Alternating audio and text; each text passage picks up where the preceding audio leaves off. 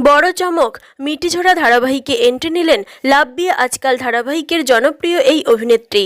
জি বাংলার অন্যতম জনপ্রিয় একটি ধারাবাহিক মিটিঝোড়া ধারাবাহিকের প্রধান চরিত্রে আছেন আরাত্রিকা মাইতি এবং সুমন দে।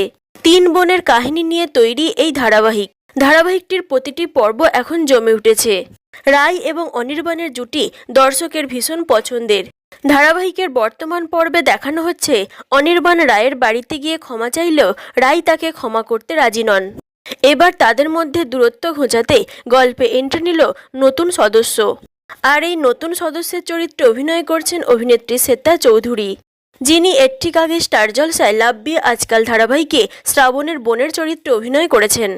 মিটিঝোড়া ধারাবাহিকেও তিনি অনির্বাণের বোনের চরিত্রে অভিনয় করছেন এবং অনির্বাণের বোনের বরের চরিত্রে এন্ট্রি নিল অভিনেতা সৌরভ দাস, যিনি এর আগে জি বাংলায় তোমার খোলা হাওয়া ধারাবাহিকে অভিনয় করেছেন।